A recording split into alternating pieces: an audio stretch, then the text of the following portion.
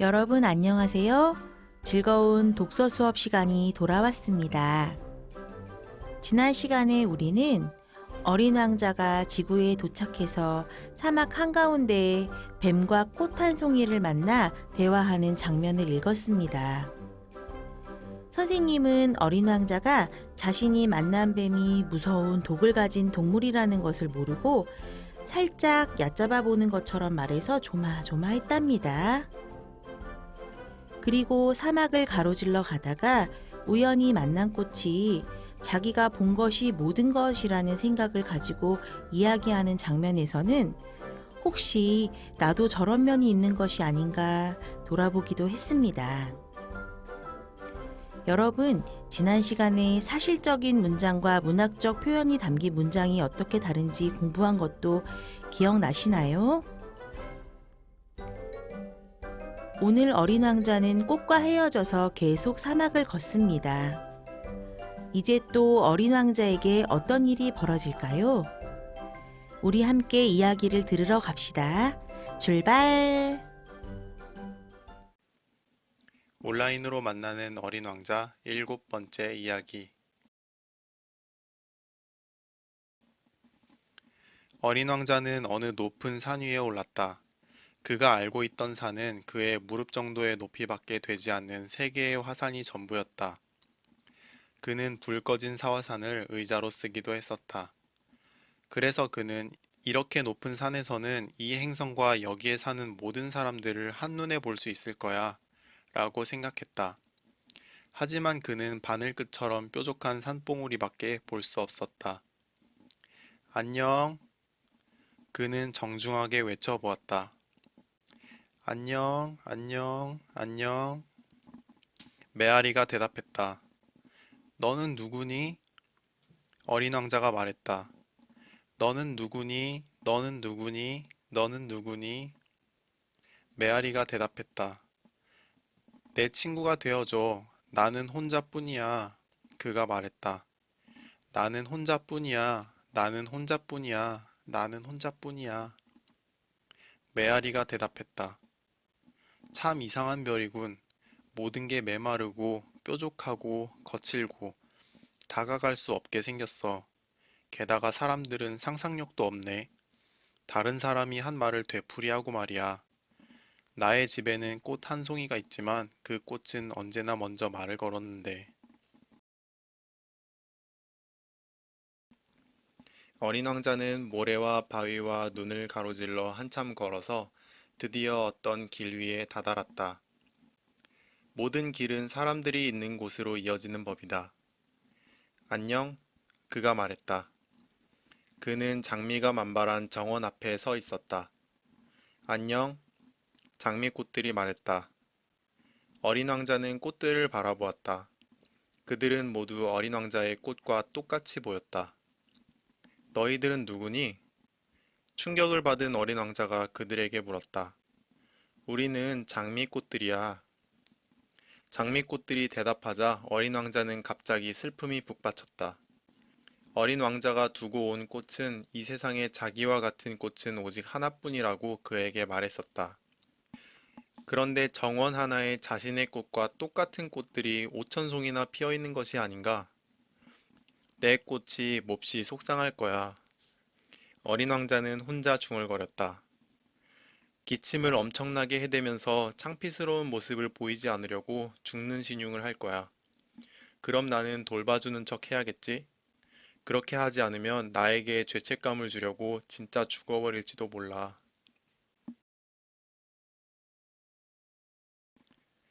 그는 계속 중얼거렸다. 이 세상에 오직 하나뿐인 꽃을 가졌으니까 나는 내가 부자인 줄 알았잖아. 내 꽃은 그냥 평범한 꽃일 뿐이었는데. 그리고 내 무릎까지밖에 안 오는 화산 3개. 그 중 하나는 영원히 죽었을지도 모르고. 그 화산과 그 꽃으로 내가 어떻게 엄청나게 위대한 왕자가 될 수 있겠어. 그는 풀숲에 엎드린 채 울었다.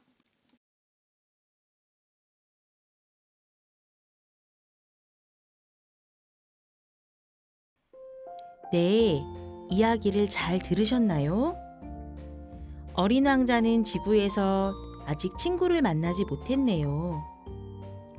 그는 외롭고 쓸쓸할 것 같아요.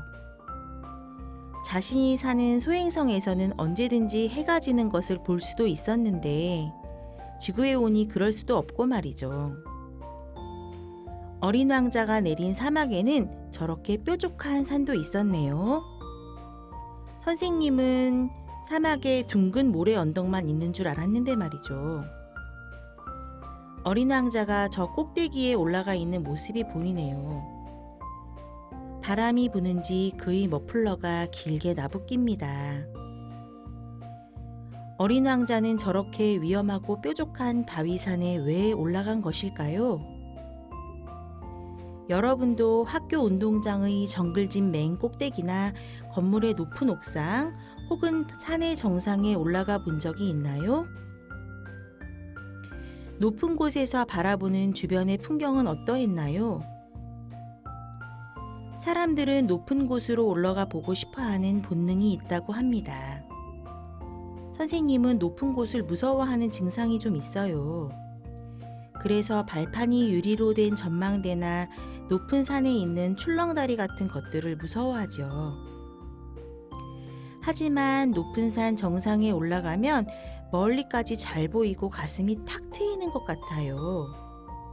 그리고 평소에는 볼 수 없었던 것들이 멀리 한꺼번에 보이니까 왠지 평소에 얹어놨던 일들이 사소하게 느껴지기도 하지요. 그런데 어린 왕자는 왜 저 꼭대기까지 올라갔을까요? 어린 왕자는 무엇을 보고 싶었던 것일까요? 이 그림에서 어린 왕자는 무엇을 볼 수 있을 것 같습니까? 사람? 도시? 동물? 바다? 어린 왕자가 산꼭대기에서 내 친구가 되어줘. 나는 혼자뿐이야. 라고 소리치니까 그 소리가 메아리가 되어 다시 들리네요. 나는 혼자뿐이야. 혼자뿐이야. 혼자뿐이야. 메아리가 무엇인지도 모르고 메아리 현상을 경험하지 못한 어린 왕자는 대체 어떤 생각이 들었을까요? 메아리는 어떤 곳에서 들리나요? 선생님은 어릴 때 가족들과 치악산 산꼭대기에 올라가서 야호 하고 소리쳤더니 반대편 산봉우리에서 야호 하는 소리가 들렸던 기억이 납니다. 그때는 너도 나도 산꼭대기에 올라가면 야호 하고 소리를 치곤 하였는데 요새는 그런 행동을 하지 않아요. 야생동물 전문가가 방송에 나와 산속에 사는 동물들이 너무 시끄러워서 스트레스를 받는다고 야호 소리를 하지 말자고 제안하고 나서 모두가 그분의 이야기를 따랐기 때문입니다. 다시 우리의 이야기로 돌아와서 어린 왕자의 행동에 대해 생각해 봅시다. 어린 왕자는 나 혼자뿐이야 하고 외쳤다가 메아리만 듣고는 화면에 보이는 것처럼 중얼거립니다. 참 이상한 별이군. 모든 게 메마르고 뾰족하고 거칠고 다가갈 수 없게 생겼어. 게다가 사람들은 상상력도 없네. 다른 사람이 한 말을 되풀이하고 말이야. 나의 집에는 꽃 한 송이가 있지만 그 꽃은 언제나 말을 먼저 걸었는데 라고 말이죠. 어린 왕자는 지구에 대한 첫 인상이 별로 좋지 않았을 것 같아요. 이 모든 게 그가 사막에 내렸기 때문이에요. 사막은 지구의 극히 일부분의 모습일 뿐인데 단단히 오해하게 생겼습니다. 어린 왕자에게 지구의 아름다운 모습을 보여주고 싶네요. 여러분, 이 장면도 기억나시나요? 어린 왕자는 지구에 와서 한 장미 정원을 지나게 됩니다. 세상에, 그곳에는 5,000송이도 넘는 꽃들이 피어 있었어요. 우리는 해마다 5월에서 6월 사이에 학교 담장이나 공원에 피어있는 장미를 보곤 하지요. 어린 왕자는 이렇게 흐드러지게 피어있는 수많은 꽃송이를 본 적이 없었어요. 자신의 별에 두고 온 장미하고 구분이 되지 않을 정도로 똑같이 생긴 꽃을 본 어린 왕자의 마음은 어땠을까요? 단 하나뿐인 것을 나만 가지고 있는 줄 알았는데 똑같은 것이 수천 개 있다는 것을 안 순간 그 기분은 별로 좋지 못할 것 같아요. 사실 어린 왕자가 별에 두고 온 꽃은 세상에 단 하나뿐인 꽃이 맞는데 어린 왕자는 아직 그 사실을 깨닫지 못하고 있어요. 어린 왕자는 우리가 생각하는 것보다 훨씬 더 충격을 받았나 봅니다. 풀숲에 엎드려 눈물을 흘릴 정도로 말이죠. 어린 왕자는 왜 그리 슬퍼하는 것일까요? 내가 두고 온 장미와 똑같은 장미가 5천 개 있다는 사실이 그렇게 슬픈 걸까요? 여러분은 어린 왕자의 슬픔에 공감하시나요? 어린 왕자가 울면서 한 말을 다시 떠올려 봅시다. 이 세상에 오직 하나뿐인 꽃을 가졌으니까 나는 내가 부자인 줄 알았잖아. 내 꽃은 그냥 평범한 꽃일 뿐이었는데. 그리고 내 무릎까지밖에 안 오는 화산 3개. 그중 하나는 영원히 죽었을지도 모르고. 그 화산과 그 꽃으로 내가 어떻게 엄청나게 위대한 왕자가 될 수 있겠어. 다시 읽어보니 어린 왕자의 슬픔이 이해가 되네요. 어린 왕자는 위대한 왕자가 되고 싶은 것이었어요. 그런데 너무 가진 것이 없어서 스스로 실망하고 있는 것이었어요. 여러분은 가진 것이 너무 없어서 슬펐던 적이 있나요? 나는 꿈이 있는데 머리도 나쁘고 공부도 못하고 재주도 없고 운동도 못하고 집도 가난하고. 지금 어린 왕자는 그런 기분과 비슷한 상태인 것 같아요. 오늘의 책놀이를 해봅시다. 오늘은 우리가 지금까지 이야기한 내용을 바탕으로 몇 가지 활동을 해볼 거예요. 내가 산에 올라가서 듣고 싶은 메아리의 소리는 무엇일까요? 공책에 내가 듣고 싶은 소리를 5개만 그 이유와 함께 써봅시다. 선생님은 너는 할 수 있어 라는 소리를 듣고 싶어요. 메아리는 결국 내가 나에게 하고 싶은 말이기도 하지요. 남에게 듣고 싶은 말이 아니니까요. 선생님은 하고 있는 일이 힘들 때, 아무리 공부해도 무슨 소리인지 잘 이해가 되지 않거나 외워지지 않을 때, 공부를 하다가 지쳤을 때, 내가 해낼 수 있을까 하고 스스로를 의심하는 일이 많아요. 그래서 메아리에게 무엇보다 이 소리를 듣고 싶답니다. 이 외에도 선생님은 메아리를 통해서 듣고 싶은 이야기가 많아요. 여러분도 한번 써보세요.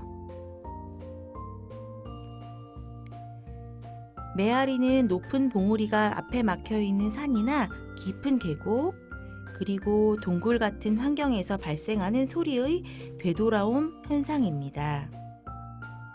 신비한 현상이기 때문에 세계에는 이 메아리에 대한 전설이 여러 곳에서 다양한 이야기로 전해 내려오고 있답니다. 지금 화면 한가운데에 보이는 그림은 니콜라 푸생이라는 분이 그린 그림이에요. 한눈에 보아도 그리스 신화의 한 장면 같죠? 맞습니다. 그림 제목은 에코 앞에서 죽음을 맞이한 나르키소스입니다. 한 가운데에 쓰러져 있는 인물이 나르키소스이고 저 뒤에 바위에 기대어 슬프게 그 장면을 바라보고 있는 인물이 에코인가 봅니다. 에코. 네, 메아리를 영어로 에코라고 하지요. 에코가 그리스 신화에 나오는 신 중에 하나인가 봅니다. 무슨 내용인지 한번 조사해 보세요. 이 밖에도 다른 나라에서 전해져 내려오는 메아리의 전설을 찾아보고 가장 인상 깊은 이야기의 줄거리를 공책에 적어봅시다. 그런데 여러분, 인터넷에 글을 그대로 베껴서 쓰지 마시고 자신의 글로 다시 써야 한다는 것 잘 아시죠? 여러분은 어떤 꿈이 있나요? 여러분은 나중에 어떤 사람이 되고 싶습니까? 그 꿈을 이루기 위해 무엇이 필요할까요? 여러분이 가지고 있는 것은 무엇일까요? 자신의 생각을 공책에 써봅시다. 내가 가진 것과 나에게 없는 것 무엇이든 다 써도 좋습니다. 다만 아무것도 없다라고 쓰면 안 됩니다. 왜냐고요? 여러분은 이미 자기 자신을 가지고 있잖아요. 자신 안에 무엇을 가지고 있는지 곰곰이 생각해보면 생각할수록 가진 것들이 줄줄이 쏟아져 나오는 것을 경험할 것입니다. 아마 100개도 넘게 쓸 수 있을지도 모른답니다. 우리는 모두 부자입니다. 인성부자, 건강부자, 관계부자, 재주부자. 하지만 오늘은 딱 5개만 써봅시다. 여러분, 어느덧 오늘의 이야기를 마칠 시간이 되었네요. 우리 다음에 또 만나요. 안녕.